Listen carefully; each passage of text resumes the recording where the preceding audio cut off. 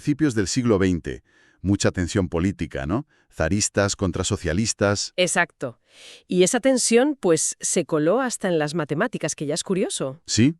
Por un lado estaba Pavel Nekrasov, un matemático importante, muy religioso, que creía que las mates podían, explicar cosas como el libre albedrío. El zar de la probabilidad, le llamaban, creo. Eso.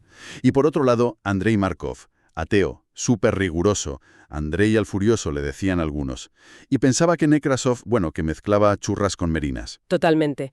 El centro de la disputa era una ley matemática bastante conocida, la ley de los grandes números. Ah, sí, la de Bernoulli, ¿no? De 1713. Esa misma. A ver, básicamente dice que si repites un experimento muchas veces y los intentos son independientes, Independientes clave. clave, como lanzar una moneda una y otra vez, pues al final el promedio de los resultados se acerca mucho a lo que esperas. 50% cara, 50% cruz. Vale, pero la clave es independientes. Un lanzamiento no afecta al siguiente. Exacto. Pero claro, ¿qué pasa si los eventos sí dependen unos de otros? Imagina, no sé, estimar el valor de algo en público.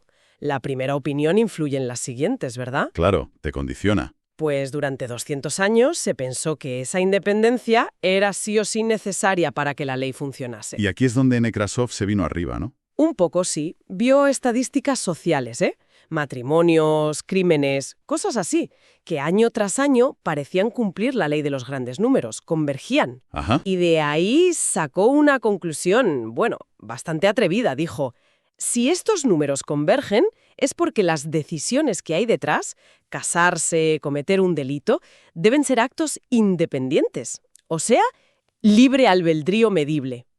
Toma ya. Uf. A Markov eso le tuvo que sonar fatal. Fatal. Le pareció un salto lógico tremendo. Vamos. Para él, eso era mezclar ciencia y filosofía sin rigor.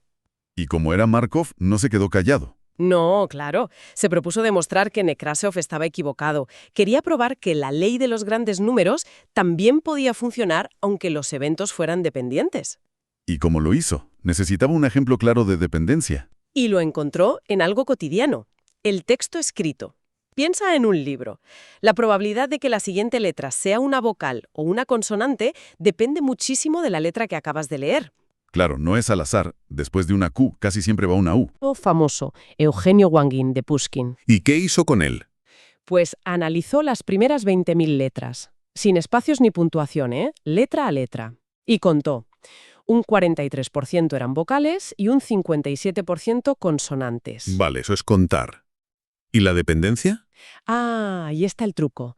Analizó los pares de letras seguidas. Vocal-vocal, vocal-consonante, consonante-vocal, consonante-consonante. Ajá. Y calculó las probabilidades. Si las letras fueran independientes, esperarías que la probabilidad de vocal-vocal fuera 0,43 por 0,43, o sea, un 18%. ¿Lógico? Pero no, en Pushkin solo pasaba el 6% de las veces, muchísimo menos. Y lo mismo con los otros pares. Las probabilidades reales eran muy distintas a las del azar puro. Ahí estaba la prueba de la dependencia. Exacto. Pero Markov quería rematar. Creó un modelo súper simple, una especie de máquina para visualizarlo. Una máquina. Bueno, un diagrama. 2 estados, vocal y consonante. Y flechas entre ellos. Cada flecha tenía la probabilidad de pasar de un estado a otro, calculada con sus datos de Pushkin. Por ejemplo, la flecha de vocal a vocal tendría un 13% de probabilidad, ¿no? Porque el 6% de pares VV, entre el 43% total de vocales, da eso más o menos. Justo. Y de vocal a consonante, pues el 87% restante para sumar el 100%. Y lo mismo para las flechas que salían de consonante. ¿Vale? ¿Y qué hizo con esa máquina? La puso a funcionar. Simuló generar letras al azar, pero siguiendo esas probabilidades. Empezaba en un estado y usaba la probabilidad de la flecha para saltar al siguiente, y así una y otra vez. Como un paseo aleatorio, pero con reglas. Exacto. Y observó algo genial. Al principio, la proporción de vocales y consonantes que generaba la máquina variaba mucho. Pero después de generar miles y miles de letras, ¿Qué pasó? toma, O sea, un sistema con dependencia clara donde cada paso depende del anterior, pero que a la larga cumple la ley de los grandes números. Bingo. Acababa de desmontar el argumento de Nekrasov. Que las estadísticas sociales convergieran no probaba nada sobre el libre albedrío, podía ser simplemente un sistema dependiente, como su cadena de letras. Y encima dicen que remató el artículo con una pullita a Nekrasov. Sí, era el furioso por algo. Lo irónico es que el propio Markov decía que esto no tenía aplicaciones prácticas, que era solo análisis puro. Menuda visión de futuro. Bueno, vale, ya entendemos la historia. Pero definamos un poco mejor. ¿Qué es exactamente una cadena de Markov? A ver, de forma sencilla. Imagina un sistema que puede estar en distintos estados. Por ejemplo, el tiempo. Soleado, nublado o lluvioso. Esos son los estados. Vale. Y el sistema va cambiando de un estado a otro, pero lo hace siguiendo unas probabilidades. Si hoy estás soleado, quizá mañana hay un 70% de probabilidad de que siga soleado, un 20% de que esté nublado y un 10% de que llueva. Esas son las transiciones, las flechas de antes. Exacto. Y aquí viene lo más importante, la propiedad clave, la propiedad de Markov. ¿Qué dice? Dice que la probabilidad de pasar a un estado futuro depende solo del estado en el que estás ahora mismo. O sea que en tu ejemplo del tiempo, para saber la probabilidad de que mañana llueva, solo necesito saber si hoy hace sol, está nublado o llueve. Eso es. No importa si anteayer hizo un solazo o si la semana pasada nevó. Toda la historia anterior, digamos, se resume en el estado actual. Por eso se llama también propiedad sin memoria. Entendido. Es una simplificación potente, ¿eh? Ignoras todo el pasado excepto el último paso. Potentísima. Y es lo que hace que se puedan analizar sistemas súper complejos. Ah, y otra cosa. La suma de las probabilidades que salen de un estado siempre tiene que ser 1, o el 100%. Claro, si hoy hace sol, mañana algo tiene que pasar. O sigue sol, o se nubla, o llueve. La suma tiene que dar el total. Justo. 70 plus 20 plus 10 igual 100. Vale. Y si dejamos que este sistema funcione mucho tiempo, simulamos el tiempo día tras día siguiendo esas probabilidades, ¿qué pasa a largo plazo? Pues en la mayoría de los casos interesantes, el sistema tiende a un equilibrio. Las probabilidades de estar en cada estado se estabilizan. Una distribución estacionaria. Exacto. A lo mejor, después de simular miles de días, vemos que, de media, el 60% de los días son soleados, el 30% nublados y el 10% lluviosos. Y una vez que llegas a ese punto, esas proporciones ya no cambian, aunque el tiempo siga cambiando día a día. Qué curioso. Y supongo que no hace falta simular miles de días para encontrar ese equilibrio. ¿Habrá matemáticas para calcularlo directamente? Sí, claro. Se puede usar álgebra lineal. Representas las probabilidades de transición en una tabla, una matriz de transición. Y el estado actual es como una lista de probabilidades. Un vector. Eso, un vector. Pues multiplicando el vector de estado por la matriz una y otra vez, al final llegas a un punto donde el vector ya no cambia. Ese es el vector de la distribución estacionaria. Vale, no nos metemos en el álgebra, pero la idea está clara. Estados, transiciones que solo dependen de la hora y una tendencia al equilibrio. Esa es la esencia. Y aunque a Markov no le importaran las aplicaciones, madre mía si las tuvieron. Vamos a ver algunas. Empecemos por una, explosiva. Literalmente. Hablemos del proyecto Manhattan, la bomba atómica. Calcular cómo se iban a comportar los neutrones dentro del uranio o el plutonio era un problema descomunal. Miles de millones de partículas interactuando, imposible calcularlo todo exactamente. Y aquí aparece Stanislav Ulam, un matemático polaco que trabajaba allí. Sí, cuentan que estuvo enfermo, con encefalitis, y en cama se puso a jugar al solitario. Y se preguntó, ¿qué probabilidad tengo de ganar? Calcular eso debe ser imposible. Hay millones de combinaciones. Exacto, imposible analíticamente. Pero Ulam pensó, bueno, no puedo calcularlo, pero ¿y si juego, no sé, 500 partidas y simplemente cuento cuántas gano? Me dará una idea aproximada, una estimación estadística. Ah, buena idea. Muestrear en vez de calcular. Pues al volver al trabajo, en Los Álamos, se encontró con el problema de los neutrones y pensó, ¿y si hacemos lo mismo?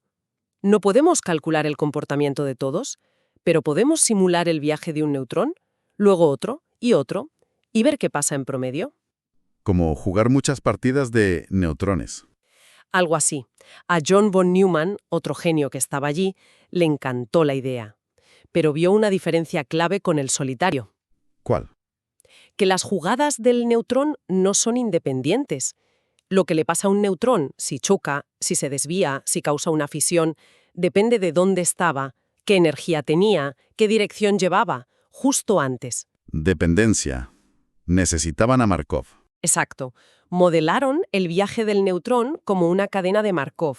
Un neutrón empieza en un estado, posición, energía, dirección, puede pasar a otro estado, dispersarse, o sea, chocar y cambiar de dirección y energía, puede ser absorbido, final de la cadena para él, o puede causar una fisión. Y ese último estado es el importante. Crucial, porque al fisionar un átomo se libera energía y, ojo, se liberan 2 o 3 neutrones nuevos. Cada uno de esos inicia su propia cadena de Markov. Se ramifica. Se ramifica. Y las probabilidades de que pase una cosa u otra, dispersión, absorción, fisión, no eran fijas, dependían del estado detallado del neutrón. Un neutrón rápido se comporta distinto a uno lento. Una cadena de Markov más compleja, donde las flechas cambian según donde estés. Justo, pues simularon miles y miles de estas cadenas en las primeras computadoras que tenían, como la ENIAC. ¿Y qué calculaban con todo eso? ¿Qué buscaban? Un número mágico, el factor de multiplicación K. La pregunta era, por cada neutrón que empieza su viaje, ¿cuántos neutrones nuevos, capaces de causar más fisiones, se producen de media? Ah, vale. Si K es menor que 1, cada neutrón produce menos de un sucesor efectivo, y la reacción en cadena se apaga sola. No hay reacción sostenida. Si K es igual a 1, cada neutrón produce justo un sucesor. La reacción se mantiene estable, como en un reactor nuclear para generar electricidad. Controlada. Y si K es mayor que 1, cada neutrón produce más de 1. La población de neutrones crece exponencialmente. ¡Bum! Esa es la bomba. Y las simulaciones les permitía estimar cuánta cantidad de material, uranio o plutonio, necesitaban para que K fuera mayor que 1. La famosa masa crítica. Exactamente. Sin tener que resolver las ecuaciones físicas completas, que era imposible. Ulam, recordando a su tío que era jugador, llamó a este método de simulación método Monte Carlo. Por el casino, claro. ¡Qué historia! Y pensar que una idea matemática tan abstracta sirvió para algo tan concreto y tan bestia. Sí, sí. El propio Ulam dijo que le sorprendía cómo unos garabatos en una pizarra podían cambiar el curso de la historia humana. No me extraña. Pero bueno, saltemos de época. Años 90. Internet empieza a explotar. Millones de páginas web. Un caos. Encontrar algo útil era súper difícil. Los primeros buscadores como Yahoo, Excite, Lycos, se basaban mucho en contar palabras clave. Sí, recuerdo que a veces buscabas algo y salían páginas llenas de la palabra repetida, pero sin sentido. Era fácil engañarlos. Totalmente. Faltaba una idea de calidad, de autoridad de la página. Exacto. Tuvieron una idea brillante, inspirada, dicen, en cómo se citan los artículos científicos. Pensaron, los enlaces entre páginas web son como votos. Si una página A enlaza a una página B, es como si A le diera un voto de confianza a B. Interesante. Y fueron más allá. Vieron toda la World Wide Web como una gigantesca cadena de Markov. ¿Otra vez? ¿Cómo? Pues mira, cada página web es un estado. Vale. Y cada enlace de una página A una página B es una transición permitida, una flecha de A a B. Entiendo. ¿Y las probabilidades? Aquí viene la idea clave. Imaginaron un navegante aleatorio, una persona o un bot que empieza en una página al azar y simplemente va haciendo clic en los enlaces. Si una página tiene 5 enlaces, elige uno al azar, con probabilidad 1/5, y salta a esa nueva página. Y así, sin parar. Un surfista perdido en la web. Algo así. La pregunta era, a largo plazo, después de hacer millones de clics, ¿qué porcentaje del tiempo pasaría este navegante en cada página concreta? Ah, las páginas a las que llegan muchos enlaces, sobre todo si vienen de páginas importantes, a las que también llegan muchos enlaces. Exacto. Esas páginas serían visitadas con más frecuencia por el navegante aleatorio. Su probabilidad en la distribución estacionaria de esta cadena de Markov gigante sería más alta. Y esa probabilidad es el PageRank. Justo. El PageRank de una página era básicamente su probabilidad de ser visitada por este navegante aleatorio a largo plazo. Medía su importancia relativa en la estructura de enlaces de toda la web. Qué bueno. Y esto funcionaba contra el spam de enlaces que comentábamos antes. Si yo creo 1000 páginas que solo enlazan a la mía, Pues no funcionaba tan bien para el spammer, porque esas 1000 páginas tuyas apenas recibirían enlaces de otros sitios importantes. Su propio PageRank sería bajísimo. claro. Entonces, aunque te enlacen, el voto que te pasan es muy débil. La calidad de los enlaces que recibes importa muchísimo. Un solo enlace desde una página muy importante vale más que miles de enlaces de páginas desconocidas. Vale, pillo la idea. Pero había un detallito técnico, ¿no? ¿Qué pasaba si el navegante se quedaba atrapado, por ejemplo, en un par de páginas que se enlazan entre sí pero no tienen enlaces para salir a otros sitios? Sí, eso era un problema. Se llaman sumideros o callejones sin salida. Podían distorsionar el cálculo del PageRank. La solución fue ingeniosa, el factor de amortiguamiento. ¿En qué consistía? Dijeron, el navegante sigue los enlaces el 85% de las veces, como describimos, pero el 15% restante, ¡pum!, salta a una página completamente al azar de toda la web. Ah, como si se aburriera y escribiera una dirección nueva. Algo así. Ese salto aleatorio aseguraba que el navegante pudiera salir de cualquier trampa y a la larga visitar todas las partes importantes de la web. Hacía que la cadena fuera irreducible y que la distribución estacionaria existiera y fuera única. Le llamaron PageRank, en parte por las páginas Pages y en parte por Larry Page, claro. Un juego de palabras, sí. Y los resultados eran muchísimo mejores que los de los buscadores anteriores. Lanzaron Google en 1998. Bueno, al principio se llamaba Backrub, creo. Sí, luego pensaron en Google, que es un número enorme, pero lo escribieron mal al registrarlo y quedó Google. Curioso. Y en pocos años se comieron el mercado. Y en el corazón de todo ese éxito, una cadena de Markov. Impresionante, ¿verdad? Y fíjate, esto nos lleva de vuelta a la idea original de Markov con el texto. Es verdad, lo de las letras en Pushkin. Pues Claude Shannon, el padre de la teoría de la información, ya en los años 40 retomó esa idea. Experimentó prediciendo la siguiente letra de un texto, pero no solo basándose en la letra anterior, sino en las 2, 3, 4 letras anteriores. Usando más contexto. Exacto. Y vio que cuanto más contexto usaba, más larga era la memoria que consideraba, el texto que generaba aleatoriamente siguiendo esas probabilidades se parecía más al inglés real. Empezaban a salir palabras, incluso frases cortas con sentido. Y eso es, en esencia, lo que hacen hoy los sistemas de predicción de texto, ¿no? El autocompletar del móvil, las sugerencias de respuesta de Gmail. Fundamentalmente sí, son cadenas de Markov, pero claro, muchísimo más sofisticadas. ¿En qué sentido? Bueno, para empezar, no suelen trabajar con letras, sino con tokens. Pueden ser palabras enteras, o trozos de palabras, o signos de puntuación. Vale. Y los modelos actuales, como los que usa ChatGPT y similares, usan mecanismos como la atención. Esto les permite, digamos, fijarse no solo en la palabra inmediatamente anterior, sino en otras palabras relevantes que aparecieron mucho antes en el texto o la conversación. Ah, como si tuvieran una memoria un poco más larga y selectiva. Algo así. Si el texto ha mencionado hospital, médico, operación, el modelo presta atención a eso y es más probable que prediga palabras como paciente, enfermera o quirófano, aunque la palabra justo anterior sea, no sé, él. Entiendo. Capturan un contexto más amplio. Aunque ahora hay una preocupación con estos modelos, ¿verdad? Lo del colapso del modelo. Sí, es un tema interesante. Si estos modelos se entrenan cada vez más con texto generado por ellos mismos, que encuentran en Internet, existe el riesgo de que empiecen a volverse repetitivos, a olvidar la variedad del lenguaje humano original, como un eco que se va degradando. Un bucle de retroalimentación un poco peligroso. Exacto. Y esos bucles complejos, donde la salida del sistema vuelve a ser la entrada y cambia el comportamiento futuro, a veces son difíciles de modelar bien con las cadenas de Markov más simples, que asumen esa memoria corta. Es algo que también se ve en sistemas climáticos, por ejemplo. Entonces, si hacemos un repaso rápido, la gran idea, la magia de las cadenas de Markov, parece ser esa propiedad sin memoria, ¿no? Yo diría que sí. Es sorprendente cómo para muchísimos sistemas complejos, donde las cosas dependen claramente de lo anterior, puedes hacer predicciones muy buenas mirando solo el estado actual. Ignoras casi toda la historia pasada.